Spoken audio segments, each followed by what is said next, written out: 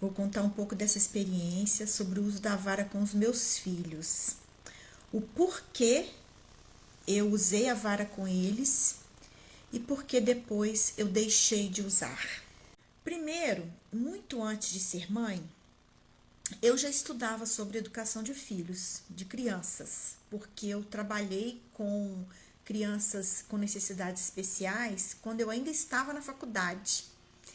E eu estagiava, né, na Pestalozzi. Então ali eu já comecei a estudar, comecei a ler, porque eu precisava lidar com os pais. Eu sempre trabalhei com a questão da família. Eu não atendia as crianças diretamente, mas eu precisava atender as famílias. O meu trabalho era apoiar as famílias, como sempre foi, né, desde então. Então são mais de 35 anos que eu venho fazendo esse trabalho de orientação familiar.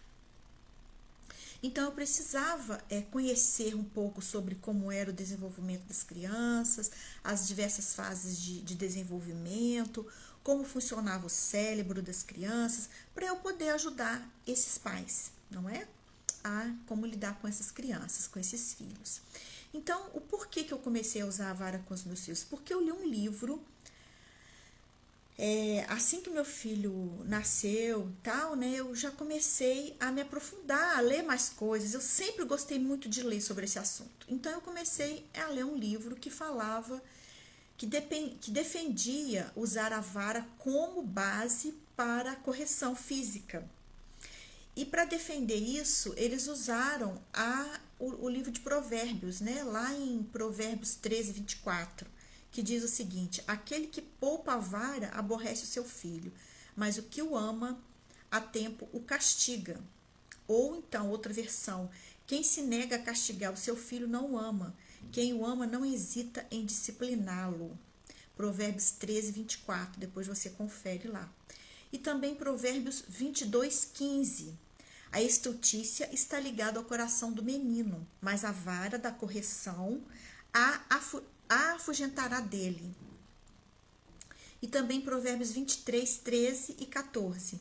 Não retires da criança a disciplina, porque fustigando-a tu com a vara, nem por isso morrerá. Tu a fustigarás com a vara e livrarás a sua alma do Seol. E tem um outro versículo também em Provérbios, que diz: a vara e a repreensão dão sabedoria, mas a criança entrega a si mesma em vergonha à sua mãe. Então, esses textos eram a base do livro para defender que a vara deveria ser usada como correção física quando a criança desobedecia. E ensinava também nesse livro que a vara deveria ser usada só em último caso, que antes você tinha que instruir a criança, conversar com ela, mostrar que o que ela fez estava errado e etc. E que você não poderia usar a vara com raiva, né? Primeiro você tinha que se acalmar, você não podia descarregar a sua raiva, a sua impaciência na criança através da vara. E depois de você ter ensinado a ela e ela ter cometido o mesmo problema, né, o mesmo erro, vamos dizer assim, 3 vezes, aí você poderia usar a vara. Então era mais ou menos isso que falava o livro. E eu seguia a risca. Eu realmente me acalmava, eu realmente conversava com meu filho e tal. E na verdade, na época isso me pareceu justo. Me pareceu que estava tranquilo, que era o justo de fazer. Só que na verdade eu precisei usar pouquíssimas vezes, porque eu era muito de conversar, eu era muito de sentar e explicar. Eu lembro que uma vez que eu usei foi quando meu filho mais novo, ele tinha mais ou menos 4 anos, e eu morava numa avenida que era bem movimentada na minha cidade. Então eu tinha explicado para ele a questão do carro, que a gente tinha que parar para atravessar a rua e tal. E uma vez ele soltou a minha mão e atravessou a rua correndo na minha frente. Eu fiquei muito desesperada. Glória a Deus que nenhum carro tinha passado ali naquele momento, né? E não houve nada de sério, mas eu fiquei muito abalada, fiquei muito preocupada. Cheguei em casa, conversei com ele e avisei, falei com ele: olha, não pode fazer isso, tá errado, o carro pode te pegar, você pode morrer. Você tem que dar a mão à mamãe na hora de atravessar a rua, a gente precisa olhar para um lado, olhar para o outro. E tá. Um belo dia ele fez de novo. Gente, eu perdi a noção da vida, né? Pensa bem, o seu filho atravessar numa rua movimentada, sem olhar e sair correndo. Então eu falei assim, olha, quando atravessamos a rua, quando eu cheguei do outro lado, eu avisei para ele. Quando chegar em casa, a mamãe vai ter que corrigir você com a vara, porque você desobedeceu, a mãe já tinha te explicado que não era para você atravessar a rua correndo, sem dar a mão, e ele atravessou. Então, gente, quando eu cheguei em casa, já estava mais calma, tranquila, e aconteceu uma coisa engraçada, né? Que depois eu só fui saber, depois de muitos anos que ele foi me contar. Aí eu fui corrigir ele com a vara, ele ficou lá chorando e tal. Só, gente, que depois de anos ele me contou que nesse dia, como ele sabia que eu ia cumprir, porque eu não prometia nada que eu não cumprisse, ele sabia que eu ia cumprir, né? Tá certo. Ele já me conhecia, sabia que o que eu falasse ia acontecer. Então ele correndo na minha frente, quando a gente chegou em casa, ele foi correndo pro quarto dele e vestiu não sei quantas bermudas, não sei quantas calças, short, encheu de roupa. E quando eu bati, ele ficou fingindo que tava doendo, mas não tava. Então, assim, gente, o efeito ali que o livro me ensinava sobre o efeito da vara nem teve, né? Porque ele nem sentiu dor nenhuma. O objetivo era fazer ele sofrer, para ele ver que ele errou. Dançou essa questão aí, né? Mas ele só foi me contar isso muito tempo depois, rindo, morrendo de rir, porque ele tinha me enganado. Então, na verdade, no primeiro momento, realmente parecia que a criança tinha entendido o recado e que parava de ter aquele comportamento inadequado. Mas depois de um tempo eu percebi que as coisas voltavam a acontecer. E às vezes pior, quer dizer, às vezes ele errava várias vezes depois de apanhar. Então, assim, não estava surtindo efeito. Então, eu fiquei assim meio que na dúvida, né? Como é que faz, como é que não faz? E não senti muita segurança nisso. Então, esse sentimento foi crescendo no meu coração. Então, por que que depois, o que que aconteceu aí nessa sequência que eu deixei de usar a vara? Foi por quê? Primeiro, porque nas poucas vezes que eu usei, eu me senti muito mal e no fundo, eu não tinha paz na consciência quando eu fazia aquilo, não me dava paz. Eu sentia uma tristeza muito profunda e achava que aquilo não estava adiantando, eu não sentia paz naquilo que eu fazia, sentia muito mal. E seja com a vara, com o chinelo, porque eu tinha uma vara que ela durou 10 anos, eu vou te contar depois a história da vara. Ela durou 10 anos. A mesma vara, ela ficava em cima da minha geladeira, do freezer ali, não sei onde bem ficava. Ficava lá, num lugar que o menino sabia onde que estava, e ela ficava ali, tipo, tô te olhando, tô te vendo daqui, qualquer coisa você vai apanhar.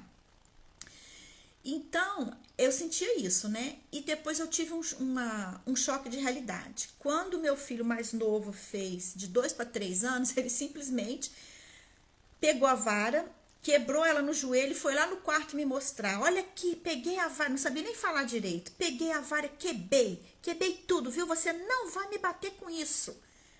E eu fiquei assim, em choque, foi um choque de realidade para mim. Na hora me deu vontade de rir, eu não conseguia o que eu ia fazer, me deu aquela vontade de rir, que desespero. Eu falei, mas não tem problema, a vara tá quebrada, mas aqui tem chinelo. Porque também eu seguia aquela orientação de não poder bater com a mão, que mão é para fazer carinho. Então eu não usava a mão para bater, eu usava só o chinelo ou a vara. Mas aí isso me fez refletir.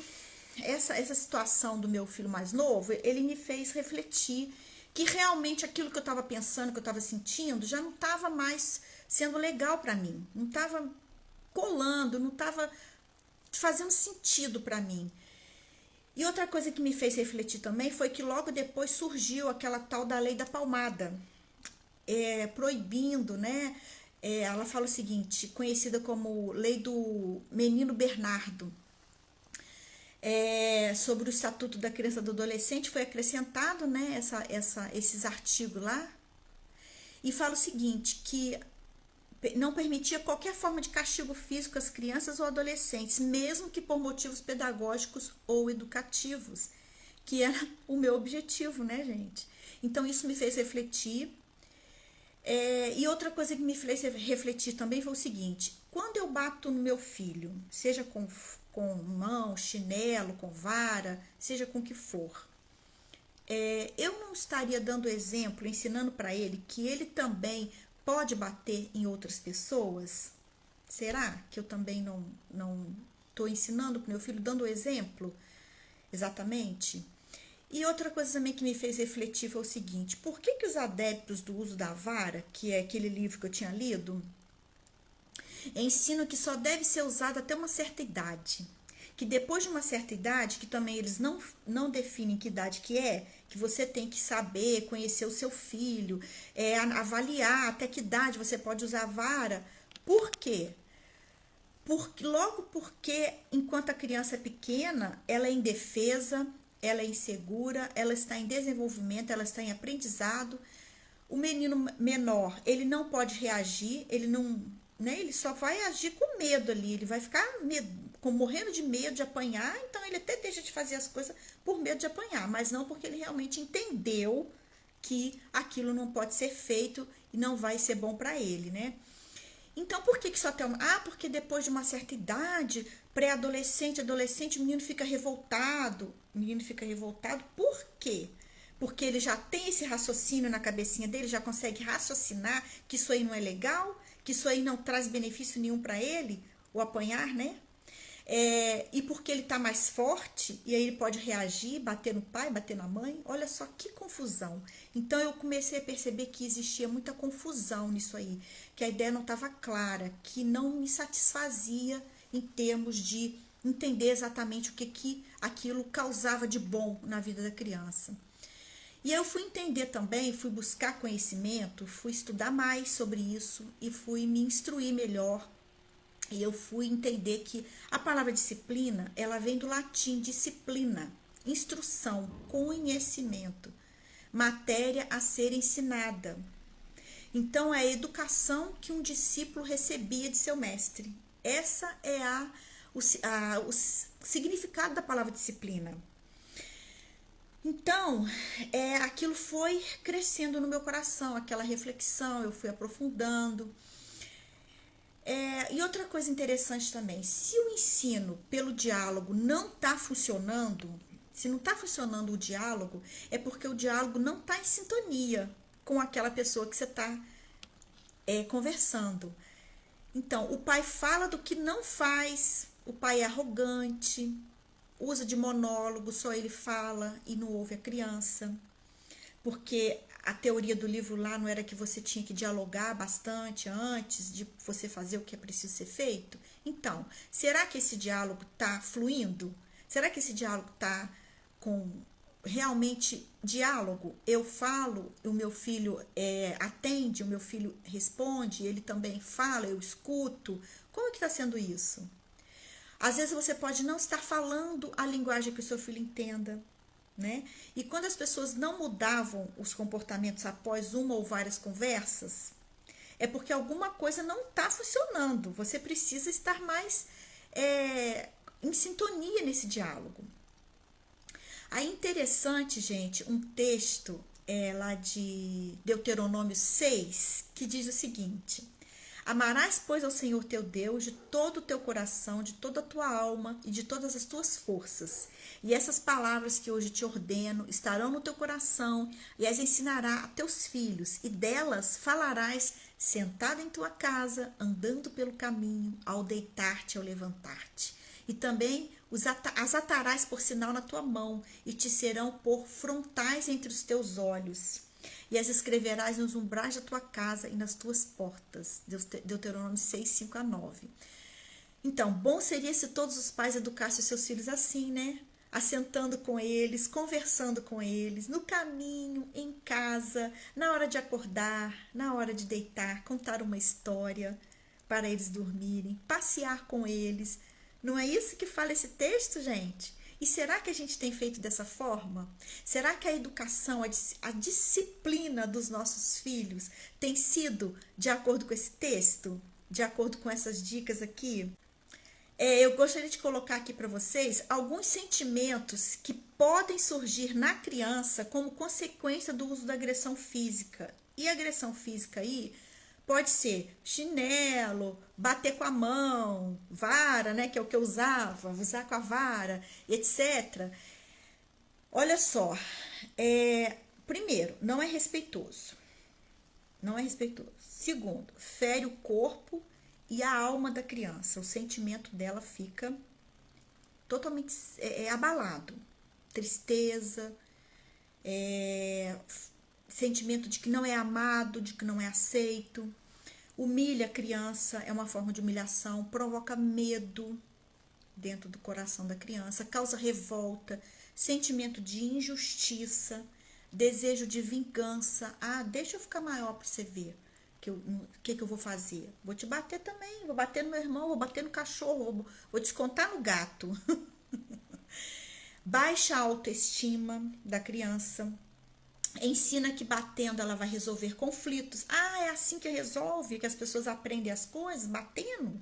Ah, então tá, então vou bater também no meu coleguinha na escola, quando ele não quiser me emprestar o brinquedo, vou bater no meu irmão, vou bater, e aí vai, né? E também que ele pode bater em qualquer pessoa, não é? É isso que, quando a gente bate, a gente dá esse exemplo para a criança. Então, na verdade, a violência não ensina. A violência causa dor, causa revolta, sensação de injustiça, medo, humilhação.